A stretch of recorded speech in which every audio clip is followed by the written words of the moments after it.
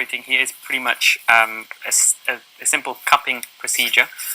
This is cupping therapy, and there's lots of different forms of cupping. What we're demonstrating here is dry cupping, and the procedure is really straightforward. The concept is very simple. We're using mechanical vacuum. You can use heat and various other ways of creating a suction, but we're just basically using a mechanical vacuum pump.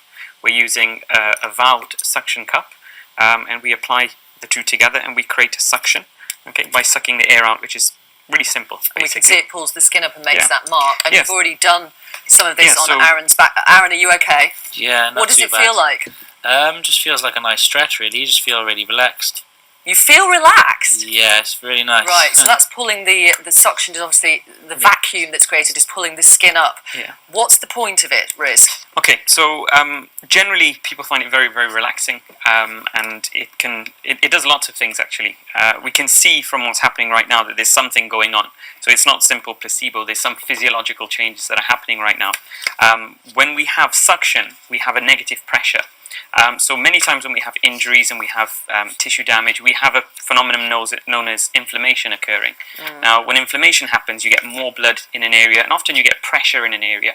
And where that tissue becomes pressurized, often you get nerve endings that stretch, because we're made up of a closed system. There's no way for that to go very easily. So quite often this is why we get swellings and things. A simple example is if you've ever sprained your ankle, you'll feel that it kind of swells up and it feels really tight, and that tightness causes a lot of pain. And what's your expertise? What's your background? Because you're a registered chiropractor. That's correct, yeah. Cupping is an unregulated area, and presumably anyone can do it, can they? Yeah, well, cupping therapy is it's under voluntary self-regulation, so pretty much. So anyone can do it. Yeah, just like acupuncture or just like massage therapy or various other types of complementary therapies. But my background is in chiropractic medicine, so the concept is the same. Okay. We're looking for natural ways of helping the body heal itself, basically. All right, well, let me bring in Professor Colquhoun. Good morning to you from University College London. Hello. Hello. Is there any science behind this at all?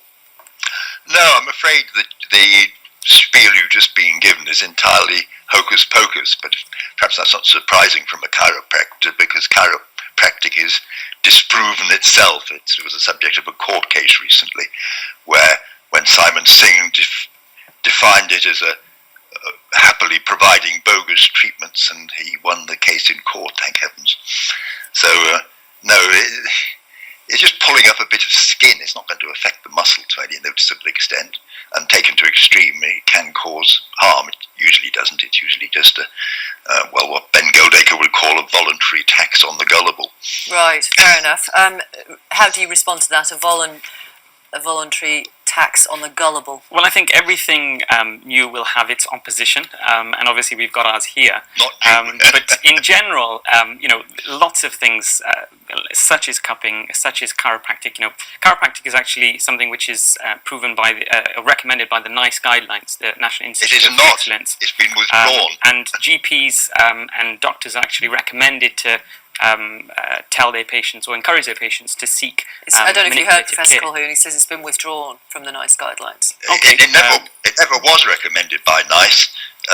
They recommended manipulative therapy. They didn't mention chiropractic, and that's been revised and removed entirely. I'm afraid you're very out of date there. Okay. I had a look at a 2012 review of cupping. It said the studies that had been reviewed for the review generally were of low methodological quality, and more research was needed.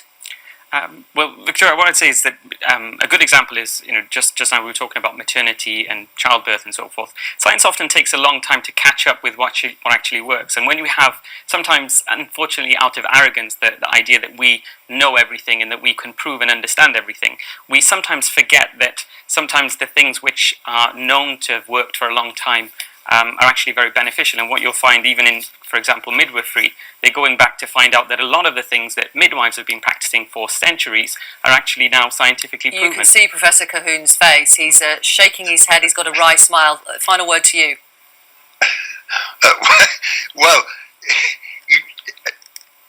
There's no amount of anecdote that will supplant data. They simply need some proof. There isn't any proof. There's it's not been properly tested. Acupuncture has been properly tested and shown not to work. Most complementary therapies fall into one of two categories. They're either disproven, like acupuncture and chiropractic, or they're unproven, like cupping. People should not be selling unproven treatments for money. Okay. Aaron, just want to check you're okay. Yeah, not too bad. Okay, not too bad. All right. Thank you very much for showing us this. Professor Colquhoun, thanks for your time. Riz Suleman.